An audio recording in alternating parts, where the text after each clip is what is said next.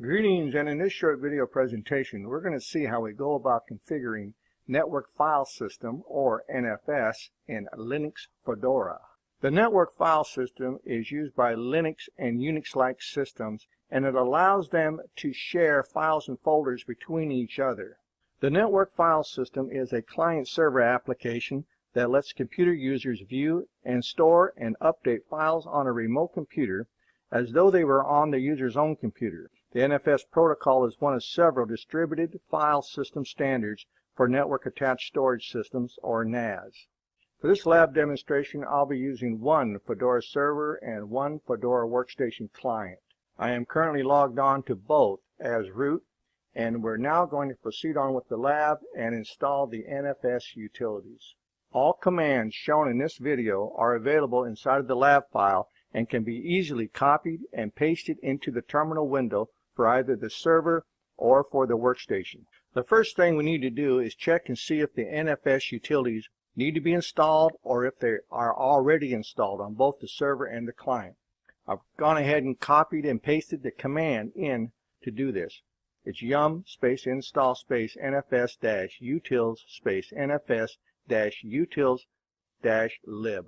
I'm going to go ahead and hit enter. In just a moment it's going to come back and tell me whether or not we need to install the packages. And since the package is already installed, it tells me there's nothing left to do. Now we're going to proceed on over to the Fedora Workstation and do the same thing. So again, I have copied and pasted in the command onto my Fedora Workstation, and I'm now going to go ahead and hit enter. And just as it was with my Fedora server, the workstation also states that the package is already installed and there's nothing to do. To start the Nfs Server service, we're going to use the systemctl start rpc bind space -nfs server command. I've gone ahead and copied and pasted this command in from my lab. I'm now going to go ahead and hit enter. It comes back to the prompt letting me know that the command did complete successfully. The next command we need to type in is to enable the rpc bind service to actually start each time the service boots up. So I've gone ahead and copied this command in from my lab, and now I'm going to go ahead and hit enter. This returns the message that the service will now be enabled and will start up each time the system boots. Remember, the services must be started on both the server and the workstation. We're now ready to create our first NFS share. What I'm doing here is making a directory, and I'm going to locate this directory at the root of my server. So I've typed in mkdir space /nfs share. The / says put it at the root of my server. I'm going to go ahead and hit enter, and it comes back to the prompt letting me know that the command completed successfully. The file that tracks all NFS shares on the NFS server is the exports file. This is located up inside of the etc folder. We must go to this file and make an entry for every NFS share we want to share on our network. And this is what allows it to be found when people use NFS to try to locate those shares on the network. To make the necessary entries into the exports file, you can use any text editor you choose. I'm going to be using Nano. So I've typed in nano space /etc/exports. I'm now going to hit enter, and the file opens up. There shouldn't be anything in this file because at the current time, this will be my first NFS share. So my entry reads as follows: /NFS share. This is where the share is located on my server. I now follow that up with a space and then the IP address of the NFS server. In parentheses, we see the following permissions for this file. The first NFS permission we see is the RW. This stands for read and write. RW grants read and write access for both the client and the server to this particular NFS share. Read-only access is granted by changing the RW to RO. Sync confirms request to the shared directory only once the changes have been confirmed. The last file permission we see within the parentheses is the note root squash, and this allows the root to connect to the designated share. We can now exit the Nano editor, and to do this I'm just going to hit my control key and press X. That brings me out asking me if I want to save the changes to the buffer, and I'm going to say yes. Hit enter, and now the Nano editor is closed. Prior to moving over to the client to configure that side of the NFS, we need to go ahead and create an exception inside of our firewall for the NFS protocol. So I've gone ahead and typed in firewall-cmd space --add -service equals NFS space --permanent. I'm now going to go ahead and hit enter. In just a moment it should come back and tell me that it was successful. And it does.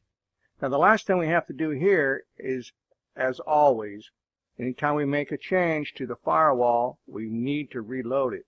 To do this, we also use the firewall -command, and this time we're going to add the switch for space --reload. I'm going to go ahead and hit enter, and in just a moment it should come back and tell me that too was successful. Since we created a new share entry into the exports file, we need to ensure that we restart the NFS server so that the server can find that entry. So I've gone ahead and typed in systemctl space restart space rpc bind space nfs-server, and I'm now going to hit enter, and it should come back to the prompt letting me know that that command completed successfully. Now the next thing that we have to do is type in the status command. We want to make sure that the NFS server is up and running, so I've typed in systemctl space status space rpc bind dash or space nfs-server. I'm going to go ahead and hit enter again for this one. It comes back letting me know that the service is up and running. I've now moved on over to my Fedora Workstation or my NFS client, and I would like to know if there are any shares, NFS shares, available on my server 1. So what I've done is I've typed in the command show mount space -e followed by the IP address of my NFS server. Now if I hit enter, it should come back and show me what shares are available, and it does. Once we have confirmed that the mount point does exist on the NFS server, we're ready to proceed with mounting that mount point from our client. To do this, I'm going to use the mount command space -t, which stands for temporary, space NFS space the IP address of the NFS server //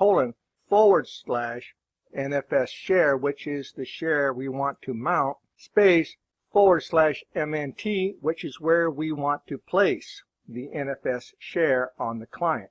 When I hit enter, it just comes back to the command prompt letting me know that the command completed successfully. To go ahead and confirm that this mount point does exist on the client, we can type in mount space pipe space crep space NFS. Now when I hit enter, it comes up and it shows me that I am currently connected to the NFS server using a mount point that is attached to the NFS share. To make a permanent mount point from our client over to the NFS server, we can go up and edit a certain file and add in a line that will make the NFS mount point on the client a permanent situation. The file we need to access is the fstab file located up inside of the etc directory. Again, I'll be using nano for this, so I've typed in nano space /etc /fstab, and now I'm going to hit enter, and I'm now inside of this file. Inside of the fstab file, I have added the following line. I've typed in my IP address of my NFS server // the name of the share space / where I want this NFS share permanently mounted. I then typed in space, and I typed in NFS, and I typed in space again followed by the defaults 00. I'm going to hit Control X, and I'm now going to save those changes, hit enter, and I'm back to my prompt. Back at my server, I'm going to create a new text file, and I'm going to place that up inside of my new NFS share. I'm going to call this text file NFS test.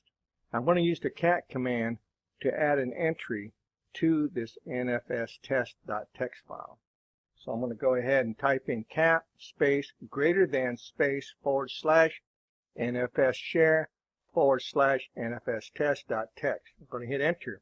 Brings me back to a prompt, and at the prompt I'm just going to add the following line. This is a test file to test the working of the NFS server setup. I'm just going to hit enter. Comes back. Now I can hit Control C and I'm back in my prompt.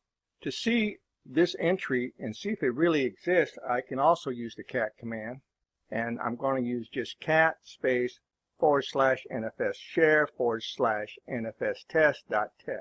This is showing me the contents that I just created inside of this nfs test.txt file.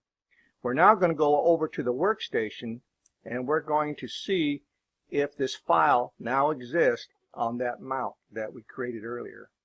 Back over on my NFS client or my Fedora Workstation, I can do the ls command to list the contents of my mount folder. So I've typed in ls space / mnt. I'm going to hit enter, and you'll now see that the nfs test.txt file does appear. So my persistent mount point over to my NFS server is working. To unmount a mount point on our client, we can just use the unmount command. So I've typed in unmount space / the name of the mount point.